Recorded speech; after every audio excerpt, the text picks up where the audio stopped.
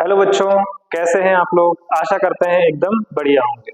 और एकदम बढ़िया हैं तो आप बहुत बढ़िया जगह पर भी आ गए हैं, क्योंकि अगर आप लोग साइंस के स्टूडेंट हैं, चाहे आपके पास मैथ हो, चाहे आपके पास बायो हो, चाहे आपके पास आर्ट्स भी हो, लेकिन अगर अगर आप साइंस को कर पा रहे हैं किसी भी तरीके से, तो आप लोगों के लिए बहुत बेहतरीन प्लेटफॉर्म है। इसमें हम सर बात केमिस्ट्री की करेंगे, जिसमें हम बूस्टर बैच को अनाउंस कर रहे हैं, जिसमें हम आप लोगों को जीरो से लेकर के हाई लेवल तक पढ़ाई करवाएंगे। इसमें हम लोग जो कवर करने वाले हैं वो हम कवर करने वाले हैं आईआईटी के लिए जेई मेंस का एग्जाम, और बायो वालों के लिए नीट का एग्जाम, और जो कि किसी और साइंस के बैकग्राउंड से है तो वो सीयूईटी की तैयारी कर सकता है। इसमें हम केमिस्ट्री को जीरो से लेकर के और हाई लेवल तक पढ़ने वाले हैं। सर इसमें आप लोग कंप्लीट सिलेबस डिस्कस करने वाले हैं, पीवाईक्यू करने वाले हैं, मॉक टेस्ट इसमें आप लोगों के पास होने वाले हैं, उसके बाद हाई यील्ड स्ट्रेटजी रखने वाले हैं। मतलब स्ट्रेटजी शानदार वाली होगी, क्योंकि एग्जाम जो है वो जेई मेंस भी अलग है, नीट भी अलग है और सीयूटी भी अलग है। इन एग्जामों में क्वेश्चन अप्रोच का फर्क होता है, बाकी सिलेबस तो सभी लोगों का सेम है, चाहे वो मेंस हो, नीट हो, सीयूटी, जो भी थोड़ा बहुत इधर उधर होता है उसको मैनेज कर लेंगे। जैसे भी हम जेई मेंस वालों के लिए स्पेशल जो क्लासेज होंगी उनको अरेंज कर लेंगे, नीट वालों के लिए भी कर लेंगे और सीयूटी वालों के लिए भी कर लेंगे। पैटर्न सबका तीनों का क्या रहता है, अलग रहता है। एग्जाम का पैटर्न अलग है, अप्रोच अलग होती है, क्वेश्चन अप्रोच, बाकी सिलेबस सेम रहता है। सिलेबस क्या है तो वो उसकी बात करें तो अगर आप 11th के स्टूडेंट हैं तो मैं 11th से ही स्टार्ट करता हूं, क्योंकि जैसे कि हमारे पास सबसे पहले 11th का सिलेबस है। सर 11th के सिलेबस में हम लोगों को कौन सा चैप्टर कंप्लीट करना है? Some basic concept of chemistry. Some basic concept of chemistry, इधर केमिस्ट कॉन्सेप्ट लिखा हुआ है, कॉन्सेप्ट ऑफ केमिस्ट्री। सेकंड है सर एटॉमिक स्ट्रक्चर। नेक्स्ट है classification of elements and periodicity in properties, इसको कंप्लीट करने वाले हैं, क्योंकि सबसे पहले हम बेसिक कॉन्सेप्ट पढ़ लेंगे। बेसिक कॉन्सेप्ट के बाद हम वो जो बेसिक कॉन्सेप्ट में एटम्स वगैरह, एलिमेंट्स वगैरह पढ़ेंगे, उन एलिमेंट्स को मिला करके हम क्या बनाने वाले हैं, जो एटम्स है उनकी स्ट्रक्चर के बारे में इंफॉर्मेशन निकालेंगे। फिर उनके बाद जो एटम्स है उनसे जो एलिमेंट्स बने हैं उनका क्लासिफिकेशन करेंगे, और उनमें उनकी जो प्रॉपर्टीज है, उनमें पीरियोडिसिटी क्या है उसको डिस्क्राइब करेंगे। नेक्स्ट है सर केमिकल बॉन्डिंग। जैसे एलिमेंट्स के बारे में इंफॉर्मेशन आया तो एलिमेंट्स आपस में किस फोर्स ऑफ अट्रैक्शन से जुड़े हुए हैं उसकी इंफॉर्मेशन आपको मिलेगी। उसके बाद वो मॉलिक्यूल फॉर्म कर लेंगे और उस मॉलिक्यूल का स्ट्रक्चर कैसा होगा उसका डिस्कस करेंगे। नेक्स्ट चैप्टर होने वाला है थर्मोडायनेमिक्स। थर्मोडायनेमिक्स में हमको जो रिएक्शंस वगैरह होते हैं उनको थर्मोडायनेमिकली किस तरीके से समझना है, कैसे एनर्जी का एक्सचेंज होता है, एंट्रोपी गिव्स एनर्जी एटसेट्रा के रिलेशन को देकर के और हम केमिकल रिएक्शन को समझ पाएंगे। नेक्स्ट है अपने पास में इक्विलिब्रियम। इक्विलिब्रियम दो तरीके का होता है सर, जिसमें हम केमिकल इक्विलिब्रियम को भी डील करेंगे और आयोनिक इक्विलिब्रियम को भी डील करेंगे। नेक्स्ट है रेडॉक्स रिएक्शन। रेडॉक्स रिएक्शन के साथ में आता है इक्विवेलेंट कॉन्सेप्ट। इक्विवेलेंट कॉन्सेप्ट, इसको समझेंगे। इक्विवेलेंट कॉन्सेप्ट मोल कॉन्सेप्ट का एक अपडेटेड वर्जन है और जिसको हम समझेंगे। नेक्स्ट है ऑर्गेनिक केमिस्ट्री। ऑर्गेनिक केमिस्ट्री में हम लोग some basic principle and techniques को पढ़ने वाले हैं। नेक्स्ट हमारा है हाइड्रोकार्बन, और हाइड्रोकार्बन में हम जनरली इन मेन चीजों को पढ़ेंगे, जिसमें हमारे सामने होगा अल्केन, हमारे सामने होगा अल्कीन, अल्काइन, और एक बड़ा फेमस जो कंपाउंड होता है बेंजीन, उसको इस सिलेबस में डिस्क्राइब करेंगे। जनरली अगर ऑर्गेनिक केमिस्ट्री की बात कर रहे हैं तो यहाँ जीओसी वगैरह छोटा मोटा काम ही कंप्लीट होता है, जो कि इसमें आ जाएगा जीओसी फर्स्ट और सेकंड में। चलिए, ये तो सिलेबस था कि 11th क्लास में कितना कवर करना है, बाकी हम 12th क्लास का भी पूरा सिलेबस डिस्क्राइब करेंगे इधर। नेक्स्ट सर बात अगर आती है कि पहला चैप्टर क्या है, तो पहले चैप्टर का नाम अभी हमने देखा है सर, क्या है? Some basic concept of chemistry. Physical chemistry का ये चैप्टर है जिसको हम डील करने वाले हैं। इस चैप्टर में कौन कौन से टॉपिक कवर करेंगे हम उनकी बात कर लेते हैं। सबसे पहले अगर वैसे तो पूरा चैप्टर ही कवर करने वाले हैं, लेकिन उसमें भी जो टॉपिक्स है उसमें सबसे पहला है मैटर एंड नॉन मैटर। मतलब हम मैटर को भी कवर करेंगे और नॉन मैटर को भी कवर करेंगे। बड़ा सिंपल है, कहते हैं ना जीरो से शुरुआत कर रहे हैं, तो ऐसी कुछ बातें हो रही हैं। नेक्स्ट है क्लासिफिकेशन ऑफ मैटर, मैटर का क्लासिफिकेशन। बहुत ही बेसिक से चीजें आप लोगों को बूस्टर लेवल तक लेके जानी है, और इसीलिए इस बैच का नाम भी बूस्टर है। एटम्स एंड एटॉमिसिटी, इसी में एटम एंड एटॉमिसिटी को भी पढ़ेंगे। नेक्स्ट है सर आयंस, आयंस की इंफॉर्मेशन आएगी। जैसे ही हम आयंस के बारे में इंफॉर्मेशन निकालेंगे तो हम साल्ट का फॉर्मूला निकाल सकते हैं, फॉर्मूला ऑफ साल्ट, साल्ट का फॉर्मूला निकालना सीखे। फिर क्या है कि एटम्स के बारे में कुछ स्पेशल लोग थे जिन्होंने इंफॉर्मेशन दिया था, उसमें सबसे पहले आदमी आए थे जिनका नाम था डाल्टन, इसलिए डाल्टन एटॉमिक थ्योरी था, उसको पढ़ना है। उस डाल्टन एटॉमिक थ्योरी में कौन कौन सी प्रॉब्लम्स हैं, लिमिटेशंस हैं, हम उनको डिस्क्राइब करेंगे। नेक्स्ट है law of chemical combination. Dalton law के बाद जो हम पढ़ते हैं तो लॉ ऑफ केमिकल कॉम्बिनेशन पढ़ते हैं, इनके बारे में हम पढ़ेंगे। रिलेटिव एटॉमिक मास पढ़ने वाले हैं मोल कॉन्सेप्ट, कहते हैं ना कि मोल कॉन्सेप्ट के नाम से ज्यादा लोग जानते हैं इसको। फर्स्ट चैप्टर को सम बेसिक कॉन्सेप्ट के नाम से इतना नहीं जानते हैं, बट मोल कॉन्सेप्ट के नाम से इसको ज्यादा लोग जानते हैं। एवरेज एटॉमिक मास और एवरेज मॉलिक्यूलर मास, बड़ा सिंपल टॉपिक है, इजी टॉपिक है, हलवा लगेगा आपको। Density, chemical stoichiometry, limiting reagent, solution. Chemical stoichiometry शानदार टॉपिकों में से एक है, लिमिटिंग रिएजेंट बहुत ही शानदार टॉपिक है, सॉल्यूशन, सॉल्यूशन जो कि शायद 12th क्लास में भी अपने को देखने को मिलेगा, उससे पहले की ये बात है। कॉन्सेंट्रेशन टर्म्स, कुछ कॉन्सेंट्रेशन टर्म्स होती है सॉल्यूशन की, जैसे molarity, molality, mole fraction, percentage, mass percentage, volume percentage, mass by volume percentage, normality, dot dot, बहुत सारे हैं, वो सारी चीजें। और जब चैप्टर पढ़ लेंगे तो हम आपसे एक बार थैंक यू भी बोल देंगे, क्योंकि आप यहाँ आए हो और आपने कुछ सीखा और हम कुछ आप तक पहुंचा पाए, उसके लिए थैंक यू। वैसे तो आपको बोलना चाहिए, लेकिन हम भी बोलेंगे, ठीक है। तो ये सारा चीज हम कवर करने वाले हैं। अच्छा सर, ये लीजिए, स्टार्टिंग करते हैं चैप्टर की। चैप्टर में सबसे पहली बात है वो है मैटर। सर क्या है सर? मैटर। मैटर क्या होता है? तो sir anything having mass, has mass and occupy space, हर वो चीज जिसके पास मास है और वो स्पेस ऑक्यूपाई करता है वो हमारा मैटर होगा। जैसे मेरे पास पेन है, इसके पास मास है, मतलब अमाउंट ऑफ सब्सटेंस है, पदार्थ की मात्रा है, और इसने कोई ना कोई स्पेस ऑक्यूपाई किया हुआ है 3D में। तो आप मुझे बताइए कैसा स्पेस ऑक्यूपाई किया हुआ है। अगर पेन है तो जनरली इधर यहाँ तक का जो एरिया है वो सिलेंडर जैसा है, बेलन जैसा है, बेलनाकार है, तो पेन हो सकता है। पेंसिल, पेपर हो सकते हैं, पेपर, बॉल, अपना मोबाइल जिसमें आप देख रहे हो, आप खुद एक मैटर हो, बॉडी, ह्यूमन बॉडी, ये भी मैटर है।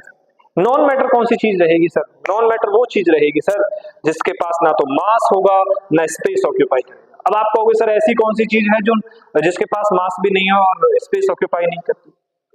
तो सर ऐसी भी चीजें होती हैं। जैसे मैंने आपसे कहा, मैंने कहा कि सर 20 ईयर, मतलब मैंने कहा टाइम कहा मैंने, सर क्या कहा? टाइम। क्या टाइम ने स्पेस ऑक्यूपाई किया हुआ है क्या? उसका कोई मास है क्या? मैंने 2 घंटे बोला तो क्या 2 घंटे का मतलब वो 2 किलो का है क्या? नहीं। मतलब टाइम एक ऐसी चीज है जो स्पेस ऑक्यूपाई नहीं करती है और ना इसका कोई मास होता है, नॉन मैटर की कैटेगरी में। मैंने कहा इलेक्ट्रिसिटी, ऐसा थोड़े कि लाइट इलेक्ट्रिसिटी आया तो वायर मोटा हो गया हो, 2 किलो का हो गया हो, और वैसे वो उसका कोई मास नहीं, ऐसा कुछ नहीं है सर। वो भी नॉन मैटर सर। जैसे कि अपने इलेक्ट्रिसिटी की बात की, विद्युत धारा, ऐसे ही सर हम और आगे चलते हैं सर। इसको समझने के लिए हमारे पास एक एग्जांपल आता है सर, या फिर हम एक क्वेश्चन डील करते हैं। Identify matter and non matter. देखो मैंने अभी बात किया, जो मास रखता है, जिसके पास मास होता है और स्पेस ऑक्यूपाई करेगा, वो ही चीज आपका क्या होगा सर? मैटर होगा सर। और जिसके पास ऐसा नहीं होता वो आपका कौन होगा सर? Non matter. सर अगर बात आती है पेन की, तो आप लोगों को पता है पेन एक मैटर है सर, इसका मास होता है सर, तो मैटर है सर। बोतल, सर इसके पास भी क्या होता है? मास होता है, इसलिए मैटर है सर, मैटर। इलेक्ट्रॉन, इलेक्ट्रॉन का भी मास होता है, याद है इलेक्ट्रॉन का मास? नहीं पता होगा, लेकिन आज सुनिए आप लोग, 9.1 इंटू 10⁻⁻31 kg, ये इलेक्ट्रॉन का मास होता है सर। और अगर मास है तो सर मैटर भी होगा वो। नेक्स्ट है इलेक्ट्रिसिटी। इलेक्ट्रिसिटी अभी तो बात किया था, नॉन मैटर।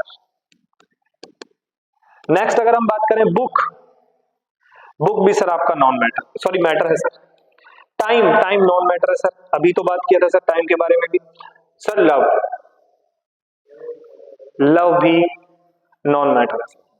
आप सोचो, आपसे कोई कह दे कि मैं तुझसे 2 किलो प्यार करता हूं, ऐसी कौन सी बात हुई भाई? या फिर कोई प्यार करता है तो ऐसा थोड़े है कि वो प्यार करता है तो हमारा वजन बढ़ जाए, ऐसा कुछ नहीं है सर। मतलब लव एक नॉन मैटर है, एक फीलिंग है सर ये। साउंड, साउंड भी नॉन मैटर है कि 2 किलो की आवाज आ रही है मेरे को, नहीं सर गलत बात, ये नॉन मैटर है सर। लाइट, जो लाइट आता है, सनलाइट आता है, क्या ये मास, किसका इसका मास होता है? अगर मास होता तो धूप जब बहुत ज्यादा दिन होता होगा तो हमें दबा हुआ महसूस होना चाहिए था, लेकिन ऐसा नहीं होता सर। इसका मतलब है सर ये नॉन मैटर है सर, लाइट नॉन मैटर है। आप लोगों को पता होगा लाइट जो है उस पर, लाइट का कोई भी मास नहीं होता, लाइट का मास नहीं होता सर। नेक्स्ट है पेपर, पेपर मैटर है सर। ब्रेन, सर मैटर है, ब्रेन, मेमोरी नहीं, ब्रेन। ब्रेन मतलब अपना खोपड़ा, खोपड़ा है, मास है उसका, इसका मतलब वो मैटर है सर।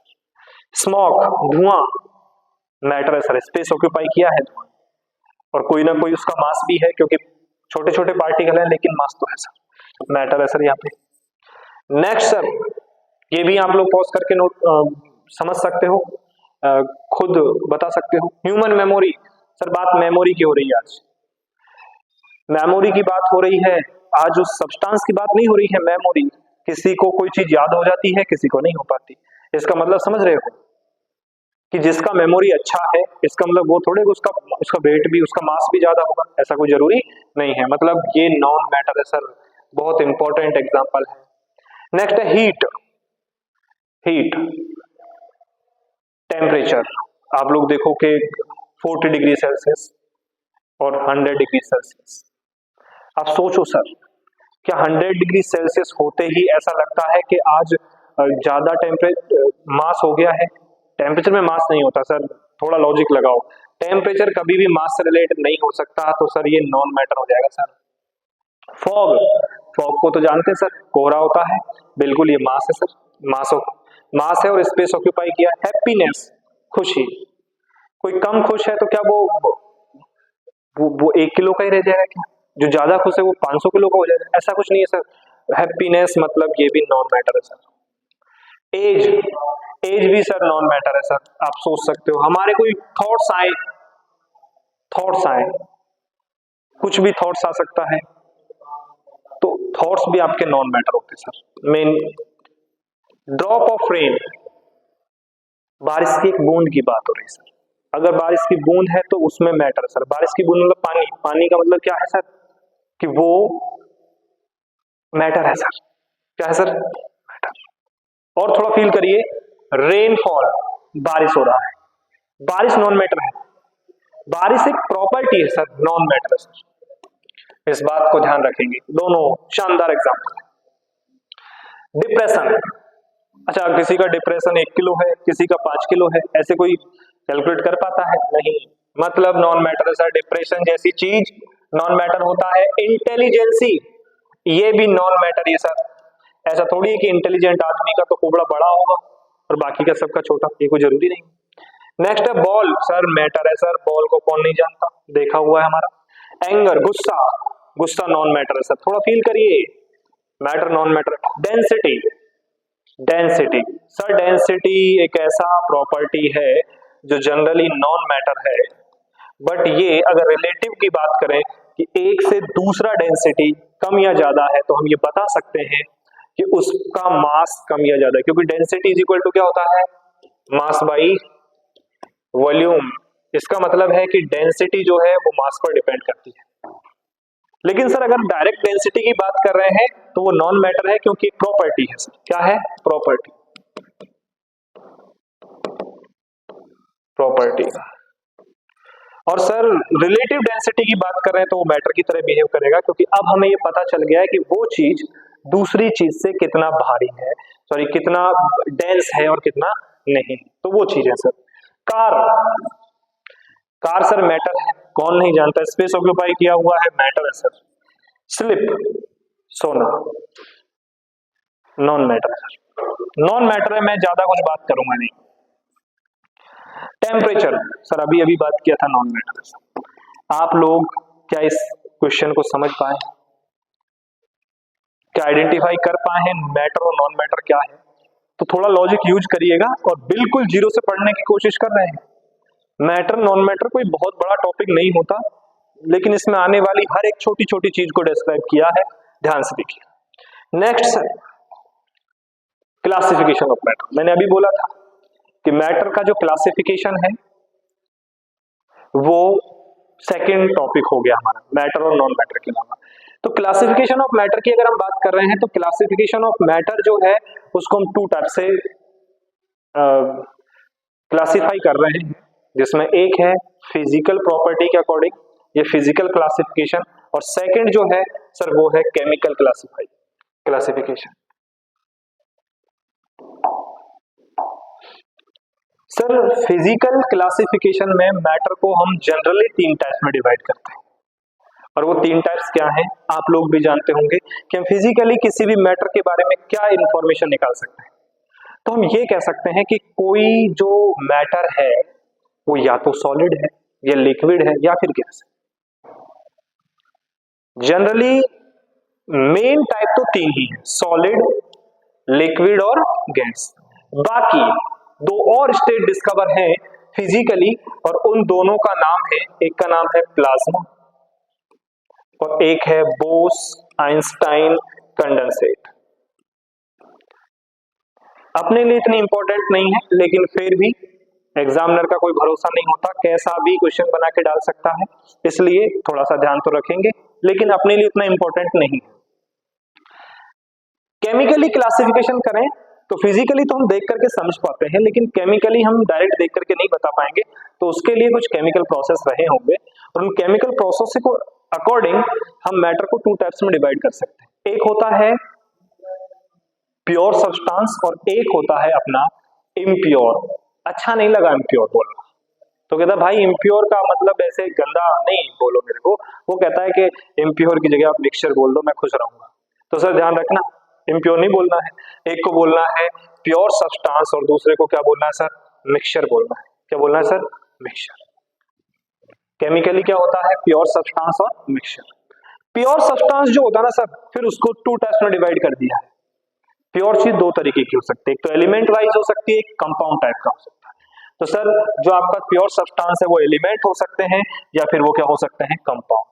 और सर मिक्सचर जो है वो भी टू टाइप्स का हो सकता है, एक होमोजीनियस मिक्सचर हो सकता है जिसको समांगी मिश्रण बोल सकते हैं, और एक होता है हेट्रोजीनियस जिसको विषमांगी मिश्रण बोल सकते हैं। सर वो भी आपके सामने, होमोजीनियस एंड हेट्रोजीनियस। ठीक सर, बात अगर हम करें एलिमेंट्स की, जिसको और आगे समझेंगे डीप जा करके, एलिमेंट जो होंगे वो मेटल हो सकता है, नॉन मेटल हो सकता है, मेटलॉइड्स हो सकता है आपके सामने, मेटल, नॉन मेटल और मेटलॉइड्स। कंपाउंड को भी टू टाइप्स में डिवाइड किया है, एक ऑर्गेनिक हो सकता है, एक इनऑर्गेनिक हो सकता है। तो जनरली एक ऑर्गेनिक बोल दिया है, एक को इनऑर्गेनिक। और अगर हम मिक्सचर में बात करें तो एक होमोजीनियस और हेट्रोजीनियस है। जनरली होमोजीनियस आपके रियल सॉल्यूशन होते हैं, जो भी सॉल्यूशन है जो कि होमोजीनियस मिक्सचर होता है, और हेट्रोजीनियस जो मिक्सचर है उसमें दो चीजें आती हैं, कॉलॉइड और सस्पेंशन। दो चीजें आती हैं, कॉलॉइड और सस्पेंशन, इन बात को ध्यान रखेंगे। ये तो एक जनरल क्लासिफिकेशन था जिसके बारे में हमने कहा कि क्लासिफिकेशन ऑफ मैटर की अगर बात करें तो वो टू टाइप से है, एक केमिकली है और एक फिजिकली है। फिजिकली की बात करूंगा तो वो तीन टाइप का है जनरली, सॉलिड, लिक्विड और गैस। और केमिकली अगर बात करूंगा तो सर वो टू टाइप्स का है। केमिकल में क्या है सर, प्योर सब्सटेंस है और एक मिक्सचर है। सर प्योर है तो प्योर आपका टू टाइप्स का हो सकता है, एक हो सकता है एलिमेंट और एक क्या हो सकता है कंपाउंड। एलिमेंट फिर तीन टाइप का हो सकता है, मेटल, नॉन मेटल, मेटलॉइड्स। और जो आपका कंपाउंड्स है वो सर दो तरीके का हो सकता है, एक ऑर्गेनिक कंपाउंड और एक इनऑर्गेनिक कंपाउंड। मिक्सचर की अगर बात करता हूं उसमें दो लोग आएंगे, एक होमोजीनियस एक हेट्रोजीनियस। होमोजीनियस में आपका कौन आ जाएगा, रियल सॉल्यूशन, और हेट्रोजीनियस में आपका आ जाएगा कॉलॉइड और सस्पेंशन। Very good, okay. आइए हम एक एक करके इन चीजों को समझते हैं। Physical classification of matter. Physical classification of matter की अगर मैं बात करता हूं तो सर हम जानते हैं फिजिकली जो क्लासिफिकेशन ऑफ मैटर है वो कुछ ऐसा है कि मैटर आपका सॉलिड होगा, लिक्विड होगा, गैस होगा। अच्छा सर सॉलिड कब होगा, लिक्विड कब होगा, इनकी बात करते हैं। तो भाई लोगों देखो, सॉलिड क्या होता है, तो सर किसी भी कंपाउंड किसी भी मैटर के लिए जो स्टेट डिफाइन करने वाली चीज होती है वो होते हैं पार्टिकल्स। और सर पार्टिकल्स जो है ना वो सॉलिड स्फीयर होते हैं। और ये जो पार्टिकल्स होते हैं इनको सर एटम भी हो सकते हैं, आयंस भी हो सकते हैं और ये मॉलिक्यूल्स भी हो सकते हैं। जो पार्टिकल्स हैं वो सॉलिड स्फीयर है सर। सॉलिड स्फीयर जो है वो मैटर को बनाते हैं। और मैटर का अगर स्टेट डिफाइन हो रहा है, और स्टेट डिफाइन होने के लिए स्टेट के लिए दो फैक्टर काम करते हैं सर। वो दो फैक्टर क्या है, तो सर एक है intermolecular force of attraction, force of attraction. और सर सेकंड है टेम्परेचर। इन दो लोगों पे ये डिपेंड करता है कि कोई सब्सटेंस किस स्टेट में रहेगा। अगर फोर्स ऑफ अट्रैक्शन बहुत अच्छे हैं तो वो पार्टिकल पास पास रहेंगे और वो सॉलिड बनने की कोशिश करेंगे। सेकंड है अगर थोड़ा सा फोर्स ऑफ अट्रैक्शन वीक है तो थोड़ा सा डिस्टेंस बढ़ाएंगे तो वो सॉलिड नहीं रहेगा, लिक्विड बन जाएगा सर। और उसके बाद अगर हम बात करें कि वो पार्टिकल दोनों के अट्रैक्शन से बहुत दूर हो गए हैं तो सर हम उस चीज को कह देंगे गैस। तो सर वही बात है सर, इधर देखिए, अगर हम लोगों ने बात किया कि पार्टिकल पास पास है, पार्टिकल कैसे हैं, पास पास, क्योंकि सॉलिड स्फीयर है। अगर पास पास है तो मैं ये कह सकता हूं कि इनके फोर्स ऑफ अट्रैक्शन काफी स्ट्रांग है, और स्ट्रांग फोर्स ऑफ अट्रैक्शन होंगे तो वो सॉलिड हो जाएगा सर। क्या हो जाएगा, सॉलिड। क्लियर है। और अगर मैंने कहा कि फोर्स ऑफ अट्रैक्शन हल्के से वीक पड़ गए हैं, और वीक पड़ गए हैं तो वो कौन हो जाएगा, लिक्विड। और अगर बहुत ज्यादा ही वीक हो गए हैं तो हम ये कह सकते हैं कि वो आपका कौन बन जाएगा, गैस। तो सर क्या बोला है कि प्रॉपर्टीज सॉलिड के लिए कैसी रहने वाली हैं, लिक्विड के लिए कैसे रहने वाली है और गैस के लिए कैसे रहने वाली है। तो मैं आपको बता देना चाहता हूं intermolecular force of attraction solid के लिए कैसे होते हैं, स्ट्रॉन्ग होते हैं। कैसे होते हैं sir, strong, strong force of attraction. Clear है ना ये, तभी तो वो सॉलिड है। सेकंड बात, लिक्विड क्या होता है सर, लिक्विड वो चीज होगी जिसके फोर्स ऑफ अट्रैक्शन क्या होंगे सर, वीक होंगे। और सर गैस के क्या होंगे सर, गैस के तो वेरी वीक होंगे सर। कैसे होंगे, very weak force of attraction. आया बात समझ में। मैं आपको फिर बता देता हूं सर, सॉलिड का शेप क्या होता है, फिक्स होता है सर। सॉलिड है कोई, मैंने कहा ईंट, क्या उसका शेप फिक्स है, बिल्कुल सर। मैं इसको अपने हाथ पे रखूंगा तो भी वो ईंट जैसा दिखेगा, ब्रिक्स। और अगर मैं उसको दीवार में लगा दूंगा तो भी वो वैसा ही रहेगा। ऐसा नहीं कि दीवार में आ गया तो वो छोटा हो जाए, कुछ और चेंज कर ले, ऐसा कुछ नहीं होगा सर। मेरे हाथ में भी ऐसा ही रहेगा, मैं इसको नीचे पटक दूंगा तो भी वो ऐसा ही रहेगा। इसका मतलब शेप फिक्स होता है। सर लिक्विड का क्या है सर, सर लिक्विड का शेप फिक्स नहीं होता, शेप फिक्स नहीं होता। इसका तो फिक्स होता है सर, लेकिन इसका फिक्स नहीं होता। क्यों सर, जैसे मैंने कहा 1 लीटर आपके पास पानी है, लिक्विड है, और वो 1 लीटर अगर बोतल में रखा हुआ तो उसका जो शेप है वो बोतल जैसा है। अगर मैंने उसी बोतल से हटा करके उसको किसी मैंने मग में डाल दिया तो वो उस जैसा शेप ले लेगा सर। मैंने बाल्टी में डाल दिया, बकेट में डाल दिया, बाल्टी में डाल दिया तो वो ऐसा हो जाएगा सर। मैंने कैंपर में डाल दिया तो वो कैंपर का साइज शेप ले लेगा सर। मतलब सर शेप फिक्स नहीं है सर, फिक्स नहीं है। गैस का भी शेप फिक्स नहीं है सर, तो फिक्स नहीं है, नॉट फिक्स लिख देंगे इधर, और इधर भी क्या लिख देंगे, नॉट फिक्स। कॉन्सेप्ट है सर, समझो और फील करो, अपने आप याद हो जाएंगे। नेक्स्ट क्या है सर, वॉल्यूम। सॉलिड का वॉल्यूम फिक्स होता सर, फिक्स होता सर। लिक्विड का भी वॉल्यूम फिक्स होता है, शेप फिक्स नहीं होता लेकिन वॉल्यूम यहां भी फिक्स होता सर। लेकिन सर गैस का वॉल्यूम भी फिक्स नहीं होता। वो कैसे सर? मैंने कहा सिलेंडर में गैस भरा हुआ है तो आज उसका शेप कैसा है, सिलेंडर जैसा, उसका वॉल्यूम भी सिलेंडर जैसा ही है, क्योंकि गैस के पार्टिकल दूर दूर हैं तो पूरे सिलेंडर को ऑक्यूपाई किया हुआ है। लेकिन सर अगर मैं उसी सिलेंडर को किसी बड़े कंटेनर में, या फिर हो सकता है मैंने कमरा बंद कर लिया और वो सिलेंडर खुल गया मेरे से, मतलब लीक हो गया, तो वो पूरा गैस उस पूरे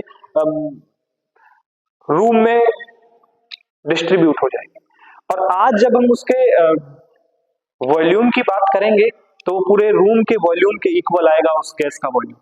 तो सर वॉल्यूम भी यहाँ पे फिक्स नहीं होता, तो नॉट फिक्स की बात होगी सर। कंप्रेसिबिलिटी, कंप्रेसिबिलिटी क्या होता है सोचो, नहीं आता तो आज आप कंप्रेसिबिलिटी एक नई चीज सीख के जाओगे सर। कंप्रेसिबिलिटी क्या होता है कि आपने किसी भी सब्सटेंस पर प्रेशर डाला और प्रेशर डालने पर उसने अपना स्टेट चेंज कर दिया। सर कैसे, क्या कहना चाह रहे हो? सर मैंने सॉलिड को प्रेस किया, प्रेस करने पर क्या सॉलिड कभी लिक्विड बना, क्या वो गैस बना? ना सर। तो सॉलिड कुछ और बना? नहीं, सॉलिड सॉलिड रहा। मतलब इसमें कंप्रेसिबिलिटी नहीं है, इसका मतलब इसमें कंप्रेसिबिलिटी नहीं है। सर मैंने लिक्विड लिया, लिक्विड को मैंने प्रेस किया, क्या कभी आपने लिक्विड को प्रेस करके सॉलिड बनाया, स्टेट चेंज किया उसने? नहीं किया सर। सर आपने और प्रेस किया, क्या कभी गैस बना? नहीं सर। तो भाई मेरी बात ध्यान रखना, लिक्विड भी अपना स्टेट चेंज नहीं करते हैं प्रेशर के अकॉर्डिंग, प्रेशर का फिनोमिना है सर। कंप्रेसिबिलिटी की अगर बात करता हूं गैस के लिए, तो सर गैस को मैं प्रेस करता हूं, क्या वो अपनी स्टेट चेंज करता है? तो सर दिमाग में कुछ बात आई हो, कंप्रेस करने से स्टेट चेंज हो जाता है सर गैस का। आप लोगों ने देखा होगा सिलेंडर में गैस भरा होता है, हाई प्रेशर पे भरा होता है, वो गैस है, और लेकिन वो जब हम उसको हिलाते हैं तो वो कहीं ना कहीं उसमें ऐसा फील आता है कि सर लिक्विड भरा हुआ है। इसका मतलब है कि उसने स्टेट चेंज किया है, और स्टेट चेंज करने वाली बात है तो सर कंप्रेसिबिलिटी का जो प्रॉपर्टी है वो आपके गैस में है। क्लियर है? बड़ा कॉन्सेप्चुअल पॉइंट है, और हमने फिर कहा ना कि जीरो से पढ़ने की कोशिश हो रही है और अच्छी चीज सीखने की कोशिश हो रही है, तो ऐसा करना पड़ेगा। Melting point, sir melting point की बात करता हूं। अगर मैं बात करता हूं सॉलिड, तो सॉलिड का मेल्टिंग पॉइंट क्या होगा सर? जैसे मेरे पास कोई सॉलिड है सर, सॉलिड का मेल्टिंग पॉइंट क्या होगा? तो रूम टेम्परेचर से तो ज्यादा ही होगा भाई। तो सर रूम टेम्परेचर से क्या होता है, मेल्टिंग पॉइंट ज्यादा होता है सॉलिड। नेक्स्ट, लिक्विड जो है उसका मेल्टिंग पॉइंट, लिक्विड का मेल्टिंग पॉइंट रूम टेम्परेचर से, तो लिक्विड रूम टेम्परेचर से ज्यादा भी होता है। रूम टेम्परेचर से किससे होता है सर? रूम टेम्परेचर से ज्यादा पर मेल्टिंग पॉइंट सॉलिड, सॉलिड, एक सेकेंड, मेल्टिंग पॉइंट क्या होता है सर? कोई भी सॉलिड किस में कन्वर्ट हो रहा है? लिक्विड। सॉलिड अगर लिक्विड में कन्वर्ट हो रहा है तो सॉलिड लिक्विड में कन्वर्ट कब होता है? जब हम टेम्परेचर बढ़ाते हैं, मेल्ट होगा, तो सर ये रूम टेम्परेचर से ज्यादा पे ही होता है। जैसे मैंने कोई भी मेटल लिया, उसको अगर मैं मेल्ट कर रहा हूं तो सॉलिड है वो, और वो मेल्ट होगा तो रूम टेम्परेचर से ज्यादा पे ही होगा, वरना तो सॉलिड दिखना ही नहीं चाहिए। तो क्या कहा सर? रूम टेम्परेचर से ज्यादा पे वो मेल्टिंग पॉइंट होंगे, किनके? सॉलिड के। और लिक्विड के सर मेल्टिंग पॉइंट, तो रूम टेम्परेचर से पहले पर ही तो वो लिक्विड में कन्वर्ट हो गया है, तो रूम टेम्परेचर से कम हो गया सर। मेल्टिंग पॉइंट आएगा। और सर बेसिकली गैस के लिए तो ये डिफाइन ही नहीं होता, लेकिन फिर भी हम बात करेंगे तो रूम टेम्परेचर से तो क्या होगा सर, ये कम ही होगा मेल्टिंग पॉइंट। आई बात समझ में। ऐसे ही सर बॉइलिंग पॉइंट, सॉलिड का बॉइलिंग पॉइंट, सॉलिड है बॉइलिंग पॉइंट, सॉलिड का बॉइलिंग पॉइंट क्या होगा सर, ये रूम टेम्परेचर से ज्यादा ही होगा सर।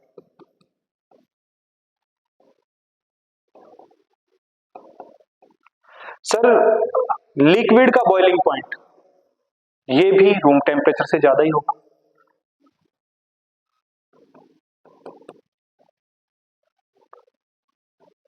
Boiling point. और सर अगर हम बात करें गैस की, तो गैस तो ऑलरेडी गैस में कन्वर्ट हो गई है, तो इसके लिए वैसे इसका कोई वैल्यू होता नहीं है, इसलिए हम फिर भी कह देंगे रूम टेम्परेचर से सर क्या होगा, कम होगा। रूम टेम्परेचर से भी कम होगा, तभी तो वो गैस है। तो ये थोड़ा सा एक कॉन्सेप्ट है जो याद रखते हुए चलना है। वेरी गुड, आगे चलते हैं सर। सर एक छोटा सा क्वेश्चन आ गया है, वैसे तो घटिया क्वेश्चनों की कैटेगरी है, कोई बहुत बढ़िया नहीं है, लेकिन फिर भी आप लोग अगर अभी थोड़ी चीजें पढ़ के आए होंगे तो हो जाएगा। और यहां भी अगर कोई गलत बता रहा है तो फिर दिक्कत है उसके साथ में।